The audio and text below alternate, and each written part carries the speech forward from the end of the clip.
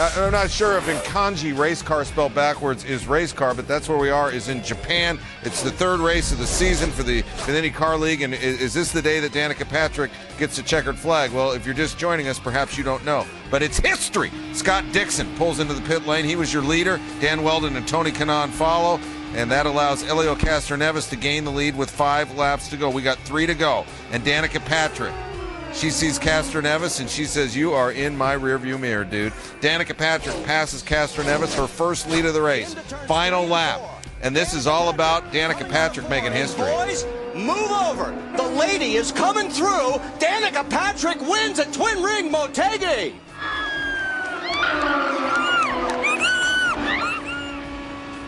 That was her mother. She's allowed. Danica Patrick. Look at that. There's the emotion. That's what makes sport beautiful right there. The emotion that gets caught up in it. And Danica Patrick makes history, and we're very pleased to have Danica Patrick join us now on SportsCenter. And congratulations. And Danica, when you're going down the back stretch there, the home stretch, and you know what's happened with Castroneves behind you, what's going through your head?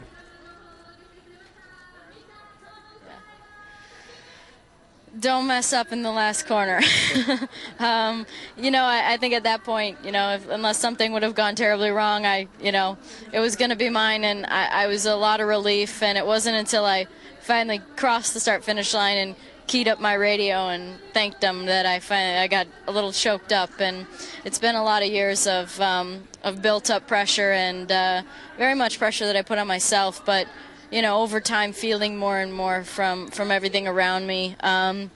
So just thank you to my team. They had a great strategy. You know, we played by the strategy from the get-go, especially from the last pit stop. So that was what paid off. I was pretty fast, even saving fuel, and I think that's really what put me in a good spot at the end to be able to pass Helio with only a couple of laps to go. And I knew halfway through the stint that Helio, you know, I was told that Helio was the leader and I was second, you know, 30 seconds ahead of anybody, and that was what I knew halfway through the stint, just due to the fact that I knew it, you know, pit lane knew everyone had to pit. So I knew Helio was the one I had to beat, and so with 5 to go and I saw him at the end of the straightaway in front of me, I thought, you must catch him and pass him.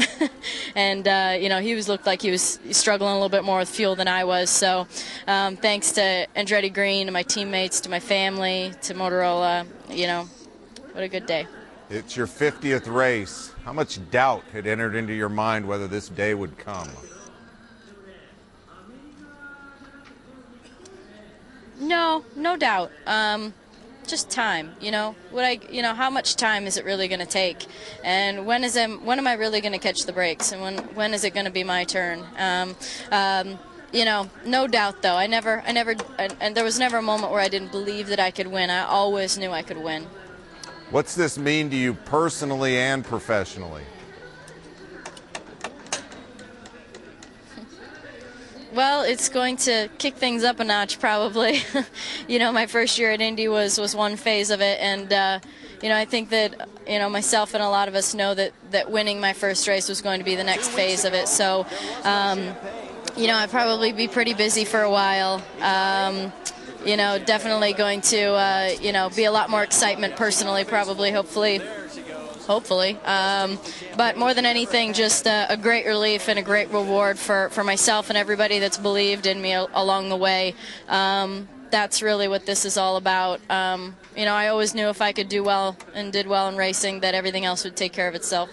You've planned for this day. You've dreamt about it. How is reality compared to the dream?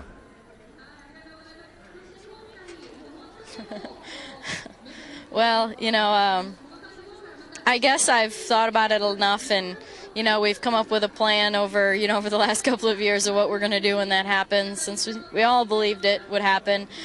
So I probably am not going to enjoy it enough. That's probably going to be one of the things. I'm going to be busy.